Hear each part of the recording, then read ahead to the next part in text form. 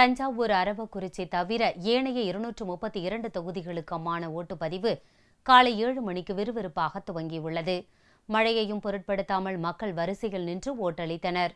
தமிழக சட்டசபைக்கான தேர்தலுக்கான ஓட்டுப்பதிவு திங்களன்று காலை 7 மணிக்கு துவங்கியது. வாக்காளர்களுக்கு பணப்பட்டுவாடா புகாரால் தஞ்சாவூர் அரவக்குறிச்சி தவிர ஏனைய 232 தொகுதிகளுக்கும் ஓட்டுப்பதிவு நடந்தது.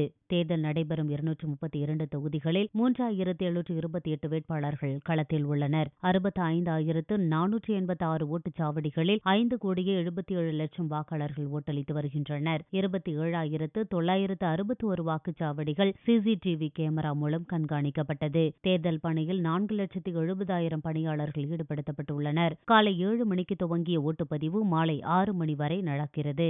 தேர்தலையொட்டி தமிழகம் முழுவதும் பலத்த பாதுகாப்பு ஏற்பாடுகள் செய்யப்பட்டுள்ளன. தமிழகம் முழுவதும் பரவலாக மழை பெய்து வரும் நிலையிலும் மக்கள் ஆர்வத்துடன் ஓட்டளித்து வருகின்றனர். சென்னை அரும்பாக்கத்தில் தலைமை தேர்தல் அதிகாரி ராஜேஷ் லக்கானி ஓட்டளித்தார்.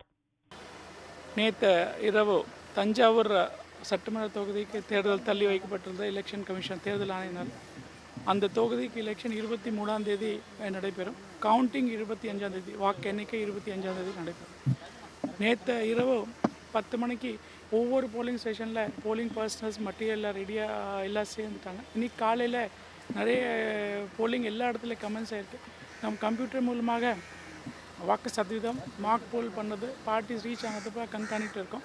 ஒவ்வொரு 2 மணி நேரத்துக்கு வாக்கு சதவீதம் எல்லாருக்கும் தெரிவிக்கப்படும்.